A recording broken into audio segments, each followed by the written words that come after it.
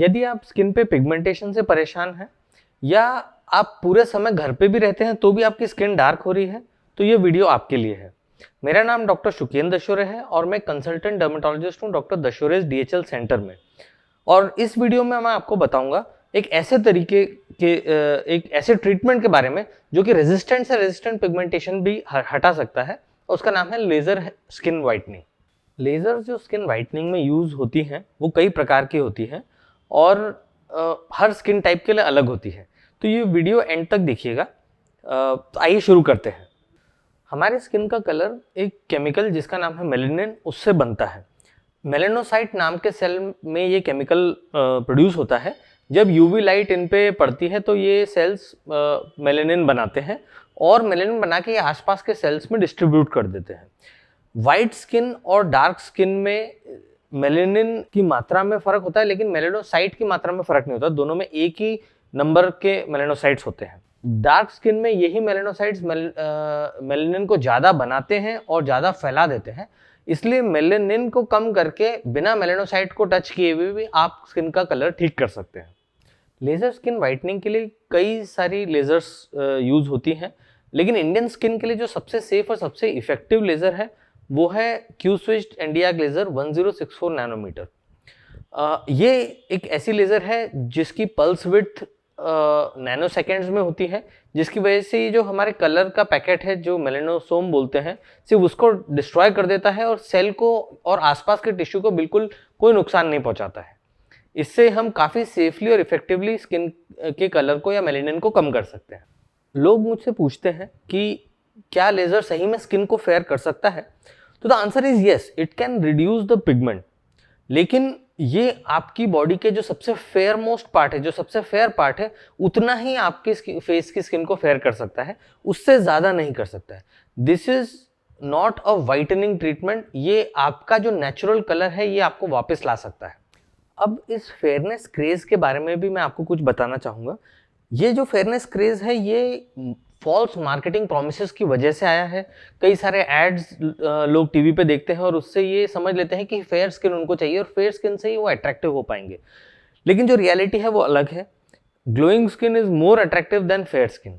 और इसके बीच में मैं डिफरेंस बताता हूँ। Glowing skin means even texture and even tone.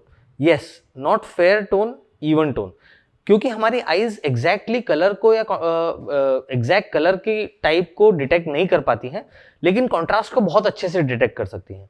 तो यदि आपके फेस पे फेयर कलर भी है और उस पर कोई भी हल्का सा डार्क स्पॉट भी है तो वो सभी को इजीली दिख जाएगा। तो हमें हमेशा फेयर कलर की जगह पे इवन टोन के बारे में इवन टोन की तरफ वर्क करना चाहिए। क्योंकि भले आपका कलर कुछ भी हो, यदि आपकी पूरी स्किन पे एक ही कलर है तो वो बहुत ज़्यादा अट्रैक्टिव और बहुत अच्छा दिखता है। ऐसा करने में लेज़र सबसे ज़्यादा सक्सेसफुल है क्योंकि यदि ये चीज़ आप क्रीम से करने की कोशिश करेंगे तो क्रीम आपको सिर्फ डार्क एरियाज पे ही लगाना पड़ेगा और लाइट एरियाज पे नहीं लगाएंगे। ऐसा करने से जो डार्क एरियाज लाइट हो जाएंगे और इवन कलर आपको मिल सकता है। लेकिन एकदम डार्क एरिया को पहचानना और सिर्फ वही क्रीम लगाना बहुत डिफिकल्ट है। इसके विपरीत लेज़र ऑटोमेटिकली ये कर सकता है। जो लेज़र एक ऐसी वेवलेंथ पे चलता है जिससे कि डार्कर स्किन में ज़्यादा एब्जॉर्ब होता है और लाइटर स्किन में कम एब्जॉर्ब होता है। इससे ऑटोमेटिकली डार्कर स्किन ज़्यादा लाइट होती है और नॉर्मल स्किन कम लाइट होती है और इससे हम इवन टोन बहुत ईजिली अचीव कर सकते हैं विदाउट एनी प्रॉब्लम्स। अब कई लोग पूछते हैं कि क्या इसका रिजल्ट परमानेंट होता है? तो आंसर इज नो, क्योंकि कोई भी फेस के पिगमेंटेशन का ट्रीटमेंट का रिजल्ट कभी भी परमानेंट नहीं हो सकता है। आप कितना भी अच्छा ट्रीटमेंट करा लें, आप स्किन को पूरा केमिकल से डिस्ट्रॉय करके भी यदि पूरा वाइट भी करा लें और गोवा चले जाएं तो आपको स्किन में टैनिंग हो जाएगी और अपने आप पिगमेंटेशन वापस आ जाएगा। तो ये एक मेंटेनेंस बेस्ड ट्रीटमेंट है क्योंकि आपका फेस हमेशा सनलाइट की तरफ एक्सपोज रहेगा। इससे धीरे धीरे टैनिंग और डैमेज इकट्ठा होता रहेगा।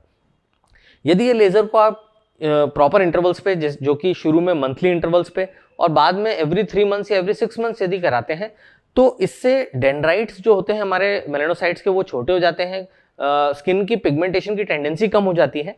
तो इससे काफ़ी कंफर्टेबल आपको फील होगा। जो एक नॉर्मल स्किन यदि 15 मिनट्स में 2 शेड टैन होती है तो आपको वो 2 शेड टैनिंग में आपको 1 घंटा या 1.5 घंटे का समय लगेगा, जिससे कि आपको एकदम धूप में जाते से टैनिंग या पिगमेंटेशन का रिस्क कम हो जाएगा। अब क्यू स्विच एनडी याग लेज़र तो एक लेज़र का टाइप है, लेकिन इसमें कई ब्रांड्स आते हैं। तो आपको कौन सा लेज़र यूज़ करना चाहिए या कौन सा लेज़र से ट्रीटमेंट कराना चाहिए वो मैं आपको बताता हूँ। इसमें बेसिकली 2 टाइप के लेज़र्स होते हैं, एक एक्टिव क्यू स्विच और एक पैसिव क्यू स्विच। तो एक्टिव क्यू स्विच वो एक बड़ी मशीन होती है जिसमें आर्टिकुलेटेड आर्म यूज़ किया जाता है। ये आपको सिर्फ ट्रीटमेंट एक्टिव क्यू स्विच से ही कराना है। इसमें भी कई ब्रांड्स अवेलेबल हैं, लेकिन इसमें से रेवलाइट एसआई जो सबसे अच्छा ब्रांड है, ओरिजिनेटर ब्रांड है, इसका रिजल्ट सबसे अच्छा आता है, क्योंकि इसमें एक स्पेशल मोड होता है जिसको पीटीपी मोड कहते हैं, जो कि आपको बहुत सेफली एक अच्छा रिजल्ट दे सकता है। तो इससे आपका साइड इफेक्ट का रिस्क भी कम हो जाता है। आपका रिजल्ट इस बात पे भी डिपेंड करता है कि आप किस कारण से लेज़र करा रहे हैं। यदि आप जनरल टैनिंग के लिए आप लेज़र करा रहे हैं तो डेफिनेटली केवल लेज़र कराने से ही आपको काफ़ी अच्छा रिजल्ट आ जाएगा। लेकिन यदि आप कोई ऐसी डिजीज़ का पिगमेंटेशन का ट्रीटमेंट कर रहे हैं जो कि एक डिजीज़ बेस्ड या एक्टिव इन्फ्लेमेटरी पैथोलॉजी की वजह से होती है, तो साथ में उस डिजीज़ का इलाज भी क्रीम्स या टैबलेट्स के साथ आपको कंटिन्यू करना पड़ेगा प्रॉपर रिजल्ट्स के लिए। अब आते हैं इसके प्रोसीजर पे।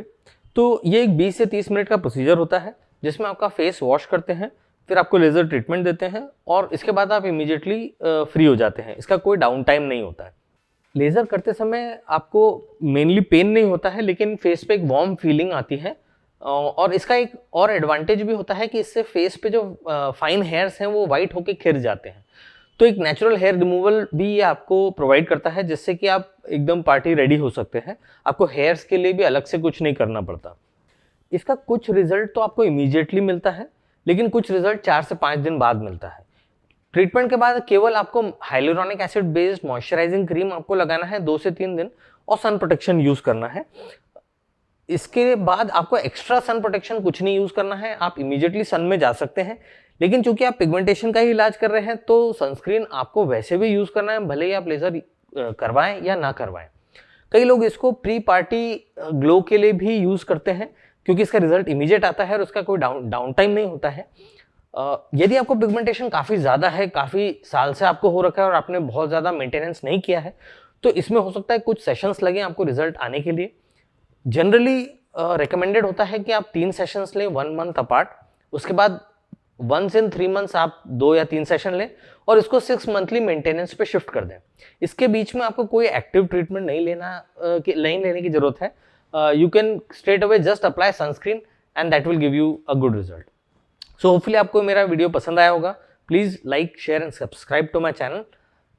If you have any doubts please ask in the comment section. Thank you.